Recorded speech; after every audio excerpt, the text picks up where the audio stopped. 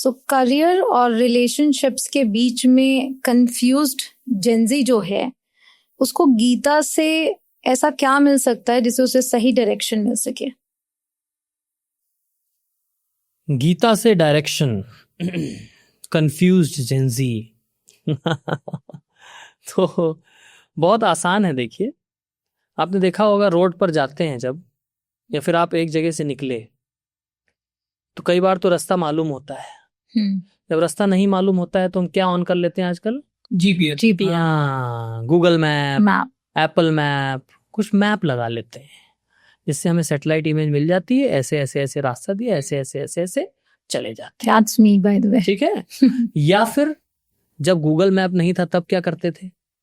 लोगों से पूछते हुए चले जाते थे, है ना। तो जब व्यक्ति कंफ्यूज है, जीवन में नहीं पता है कैसे करना है, क्या करना है, तो गाइडेंस लो। गाइडेंस लो, है ना। नहीं, आजकल देखो गाइडेंस के कई सारे साधन हैं। आजकल यूट्यूब पर इतने, देखो, बहाने देने वालों के लिए हजारों बहाने, सलूशन निकालने वालों के लिए हजारों सलूशन है।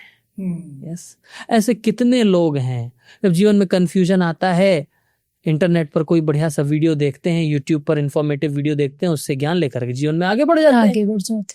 यस, सो लाइफ में स्टक होने का कोई मतलब वही नहीं है ना। नहीं, और मेहनत और हार्ड वर्क से बड़ा कोई सलूशन नहीं है।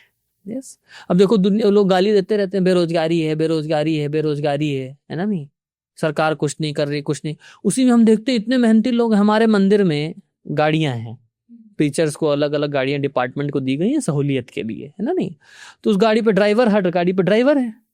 ड्राइवर को 20,000 रुपए सैलरी मिलती है, ओवर टाइम का 3-4 हजार रुपए मिल जाता है, जन्माष्टमी, दिवाली, इस सबसे बोनस भी मिल जाता है, मंदिर में प्रसाद भी मिल जाता है।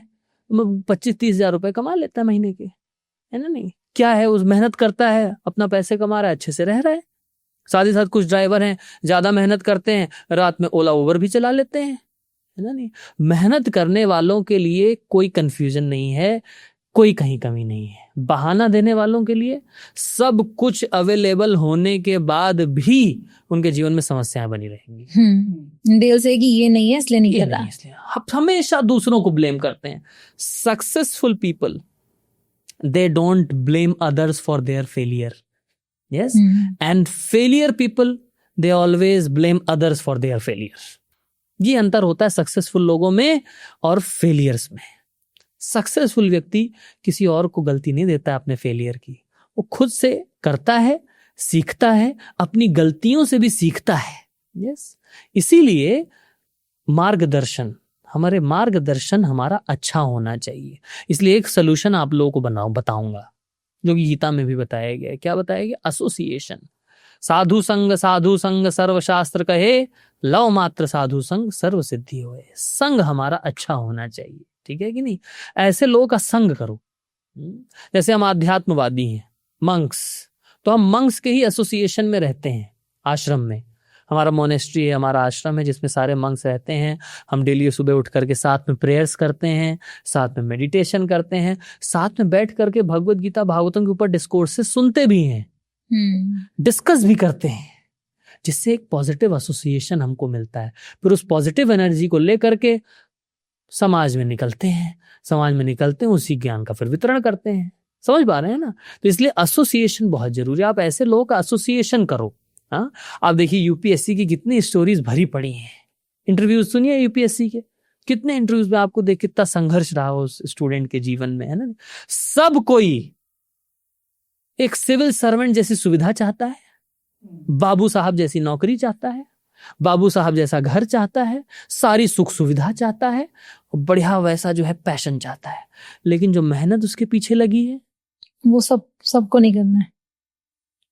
हम मुखर्जी नगर में घूमेंगे भी, हम जो है बढ़िया जो है लिव इन रिलेशनशिप में भी रहेंगे, हम जो है इधर उधर का वो भी करते रहेंगे, साथ साथ यूपीएससी क्रैक भी कर लेंगे।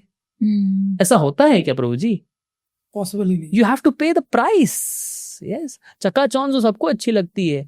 विराट कोहली इतना फेमस, इतना सक्सेसफुल, उसके पीछे की मेहनत तो देखिए भाई, कितनी मेहनत करी है उस बंदे ने, है ना नहीं। हम सबको दिखता है अरे वाह प्रभु जी बहुत अच्छा लगते हैं, वो बिल्कुल चकाचक लगते हैं, इनके चेहरे से ऐसी गरिमा आती है, ऐसी लालिमा आती है, लाइट आती है इनके चेहरे से, बहुत बढ़िया लगते हैं प्रभु जी। अरे भैया उसके पीछे का देखो ना, हम लोग क्या प्रैक्टिसेस करते हैं, तब तो जीवन में ऐसा खुशी आती है, ऐसा आता है। चलो मेरा एग्जाम्पल छोड़ो, मेरा छोड़ो, आप लोगों का देख लो। आप लोग सक्सेसफुल हो क्यों हो? आपकी बुक 3 लाख लोग क्यों पढ़ रहे हैं? आपने उसके ऊपर रिसर्च किया है, समय दिया है, मेहनत किया। आप क्यों लक्ष्मी नगर से छोड़ करके चंडीगढ़ आ गए? क्यों जॉब छोड़ करके बिजनेस रिस्क लिया ना आपने, कैलकुलेटिव रिस्क लिया आपने मेहनत किया। तो इसीलिए चाणक्य पंडित कहते हैं आलस्य करने में आलस्य करो, आलस्य मत करो। यस, क्योंकि आलस्य अगर करोगे तो ये मनुष्य का सबसे बड़ा शत्रु होता है।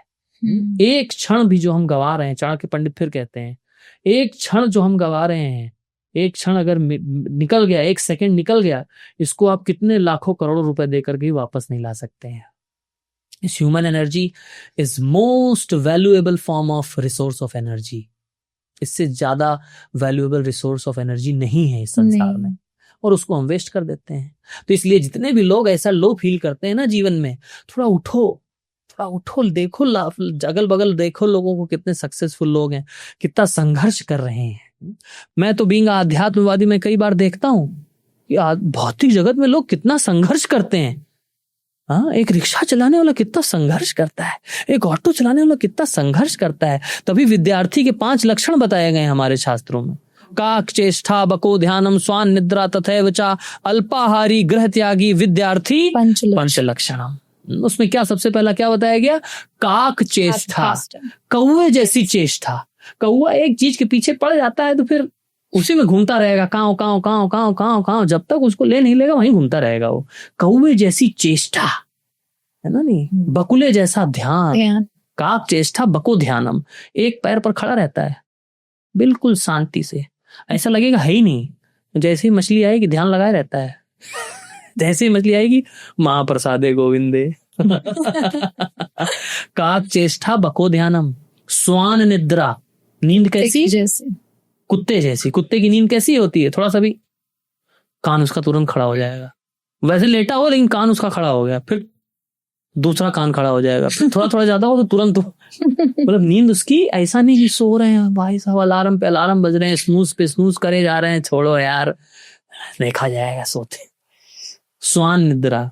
फिर चौथा क्या होता है? अल्पाहारी, कम खाने वाला। हाँ, फूड ब्लॉगर नहीं बनने का है ना जी, फूड पांडा, भोजन भक्ति नहीं। तो स्वान निद्रा, अल्पाहारी। 5वां लक्ष्य गृह त्यागी, है कि नहीं। गुरुकुल में रह करके पढ़ते थे ना, गुरुकुल में रह करके पढ़ेंगे। हाँ, घर में रह के पढ़ते हैं तो बहुत कोजी कंफर्टेबल कंफर्ट जोन में चले जाते हैं, तो थोड़ा स्ट्रेस जोन में रहना चाहिए, बर्नआउट जोन में नहीं चला जाना चाहिए, स्ट्रेस जोन में थोड़ा सा रहना चाहिए। सो इस प्रकार से काक चेष्टा बको ध्यानम स्वान निद्रा तथैव च अल्पाहारी गृह त्यागी विद्यार्थी पंच लक्षण। ये हमारे शास्त्रों को पढ़ने से होगा ना, शास्त्र पढ़ेंगे नहीं, शास्त्रों को बोलेंगे जो तो मिथोलॉजी है, हिंदू मिथोलॉजी। अरे यू आर मिथोलॉजी, तुम्हारा ही नहीं पता एग्जिस्टेंस है कि नहीं, ये तो एग्जिस्ट। हाँ, हमसे मिलते नहीं ना ऐसे लोग, मिलते तो हम सामने सामने फिर बताते हैं उनको मिथोलॉजी। अरे भैया मिथोलॉजी मतलब भ्रम होता है। हाँ, भ्रम, तुम ही भ्रम में हो। तो मिथोलॉजी कैसे कह सकते हैं? सही बात, कैसे कह सकते हैं भाई, ये जीवन की सच्चाई है, तुम अपने जीवन में नहीं अपना रहे हो इसलिए भ्रम में हो। इस भ्रम से निकलो, ब्रह्म में निवास करो, भ्रम में नहीं।